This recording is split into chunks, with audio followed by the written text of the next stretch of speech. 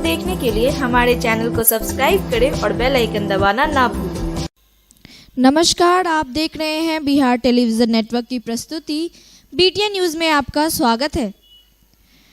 दरभंगा नगर निगम के मेयर पद की अभ्यर्थी अंजनी देवी द्वारा आदर्श आचार संहिता का उल्लंघन करते हुए छठ महापर्व के अवसर पर दरभंगा नगर निगम अवस्थित विभिन्न छठ घाटों पर छठ पर्व के अवसर पर अपनी शुभकामना का बैनर लगवा दिया, जिनमें निवेदक अंजनी देवी, मुख्य पार्षद, मेयर पद उम्मीदवार दरभंगा नगर निगम व आकांक्षी पूर्व विधान पार्षद अर्जुन सैनी और मोबाइल नंबर अंकित है।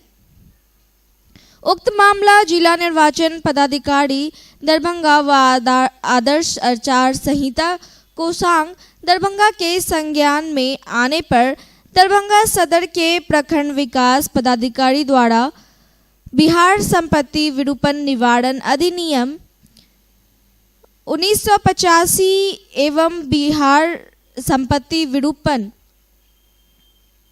अधिनियम 2010 की धारा 3 एवं 4 के आलोक में बैनर लगाने वाले के साथ साथ मेयर प्रत्याशी के विरुद्ध दरभंगा नगर थाना में प्राथमिक संख्या 318/2022 दर्ज कराई गई।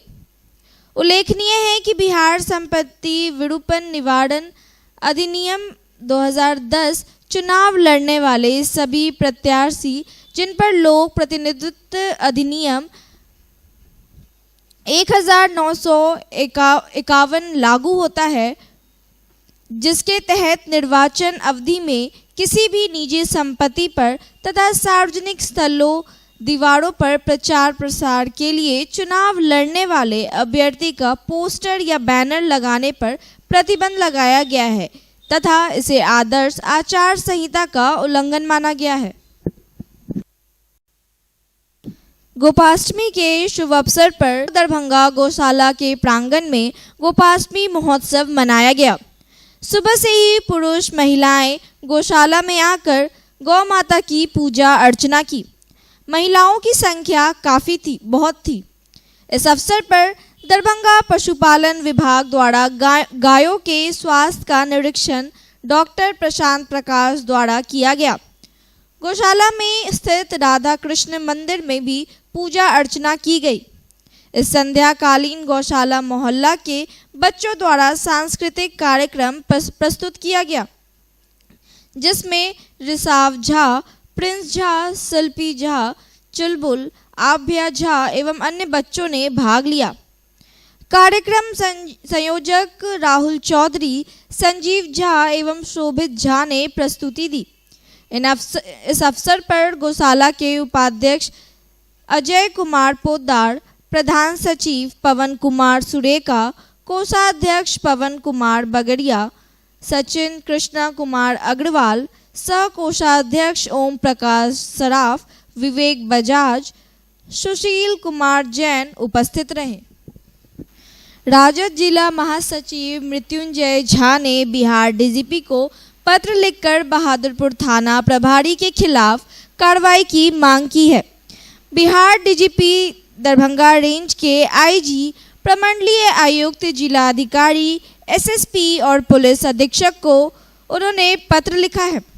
पत्र में मृत्युंजय झा ने कहा कि बहादुरपुर थाना क्षेत्र में जब से रविंद्र प्रसाद थाना प्रभारी का कमान संभाले हैं, तब से क्षेत्र में रिकॉर्ड के हिसाब से क्राइम में काफ़ी वृद्धि हुई है। उन्होंने ये भी कहा कि क्षेत्र में हत्या, चोरी, डकैती, मारपीट की घटना चरम सीमा पर हो गई है।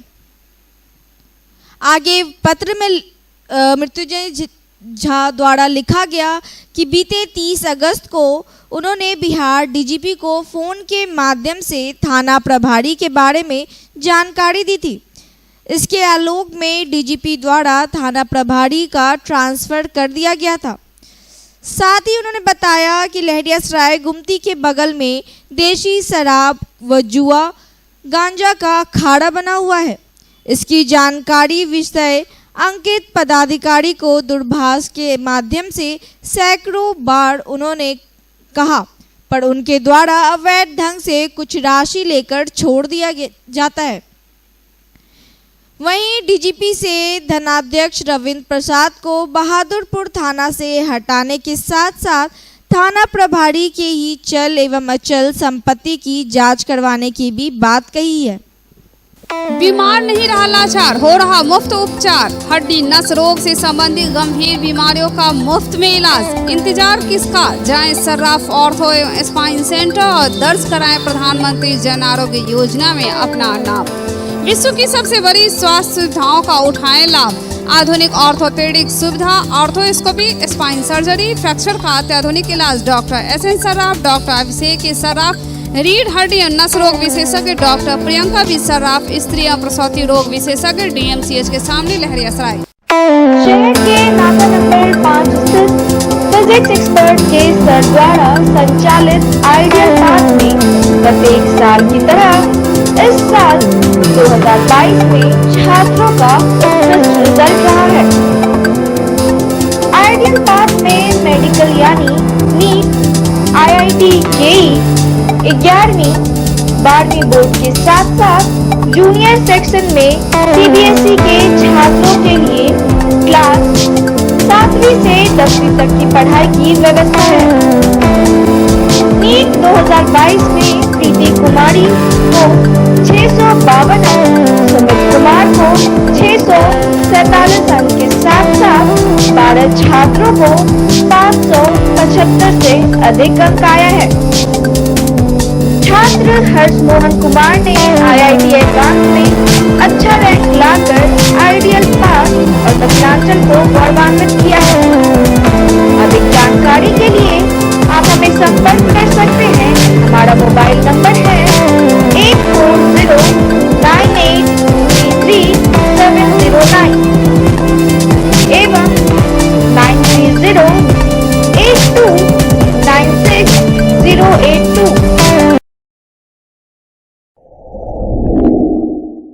Global health care and diabetes research centre, जो बिहार में पहला अंतर्राष्ट्रीय तकनीक एवं आधुनिक सुविधाओं से लैस सुपर स्पेशलिटी डायबिटीज केंद्र है, जहां एक छत के नीचे डायबिटीज से संबंधित सारी सुविधाएं मौजूद हैं, जैसे कि diabetes heart care, diabetes eye care, diabetes neuro care, diabetes foot care, diabetes pharmacy और डायबिटीज प्रयोगशाला। पता जीसस एंड मैरी स्कूल के पास, रहमगंज, दरभंगा, बिहार। सूर्य उपासना के महापर्व छठ का सोमवार को अंतिम दिन था। आस्था, उल्लास और संपन्न का अनूठा समन्वय छठ घाटों पर नजर आया। हजारों की संख्या में श्रद्धालु घाटों पर पहुंचे। बिहार से लेकर यूपी, दिल्ली, यहाँ तक अमेरिका तक भी छठ महापर्व धूमधाम से मनाया गया। सोमवार को छठ पूजा का अंतिम दिन था और उगते सूर्य को अर्घ्य के साथ यह पवित्र पर्व संपन्न हुआ। आस्था के इस पर्व पर नदी के तटों पर श्रद्धालुओं की भीड़ उमड़ पड़ी। छठ पूजा के चौथे दिन श्रद्धालु उगते सूर्य को अर्घ्य देने के लिए घाटों के पास अन्य नदियों के किनारे कृत्रिम घाटों पर इकट्ठा हुए। वहीं 4 दिवसीय छठ महापर्व के अंतिम दिन हर घाट पर भीड़ का माहौल था।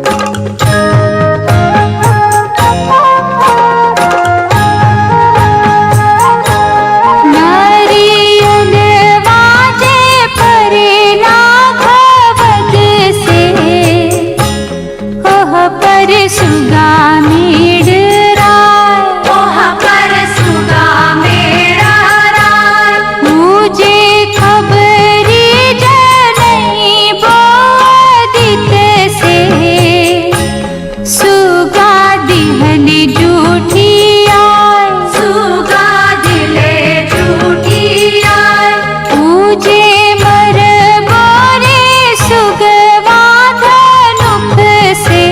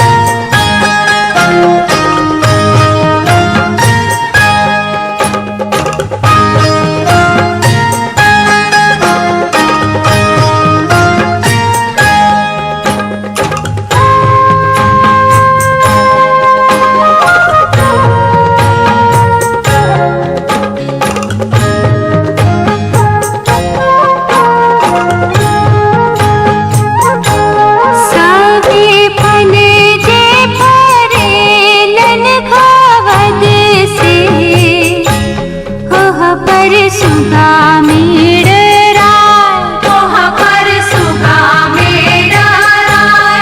पूजे मर बोरे सुगवा धनुक से, सुगा गिरे मुरझाय, सुगा गिरे मुरझाय। पूजे सुगनी जे रोवेले वियोग से, आदित्य होई ना सहाय, आदित्य होई ना सहाय, आदित्य होई ना सहाय, देव होई ना सहाय, आदित्य होई ना सहाय, देव होई ना सहाय।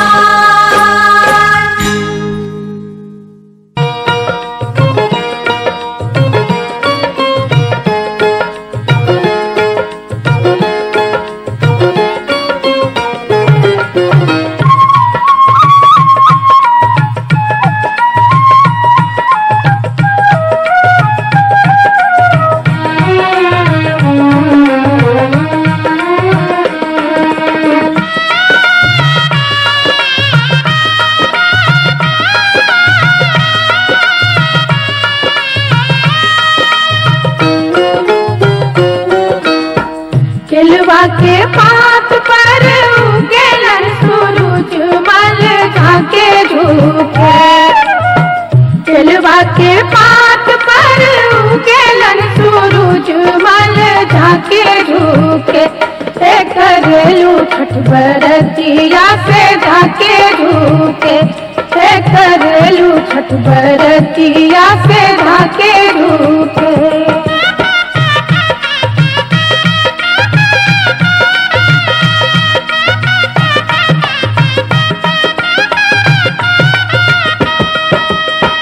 हम तो से पूछी बरतिया है, बरतिया से केकरा लागी। हम तो से पूछी बरतिया है, बरतिया से केकरा लागी। से करेलू छठ बरतिया से केकरा लागी, से करेलू छठ बरतिया से केकरा लागी।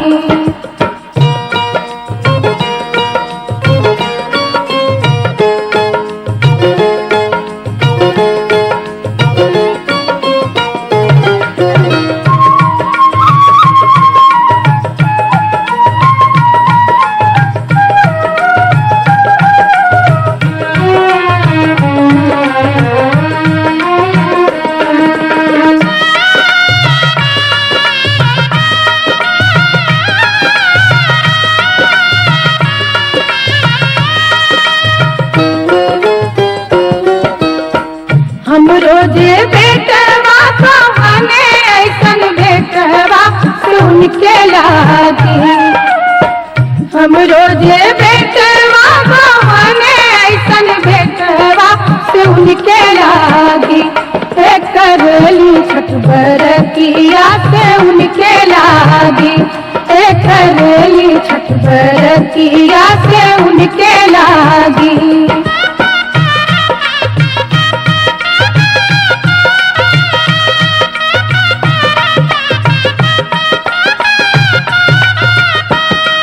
अमरूदिया के पात पर उगेलन सूरज मल झाके झुके, अमरूदिया के पात पर उगेलन सूरज मल झाके झुके।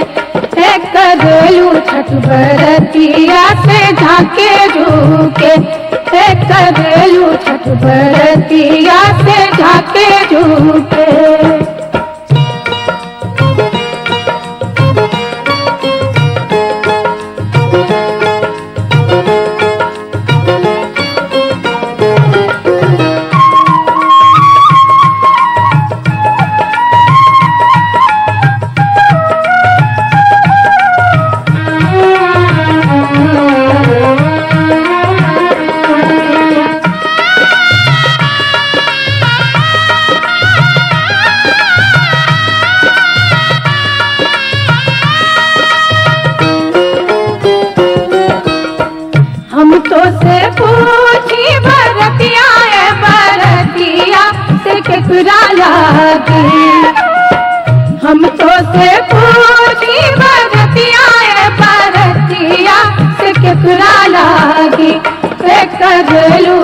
बरतिया से केकरा लागी, एक घरेलू छठ बरतिया से केकरा लागी।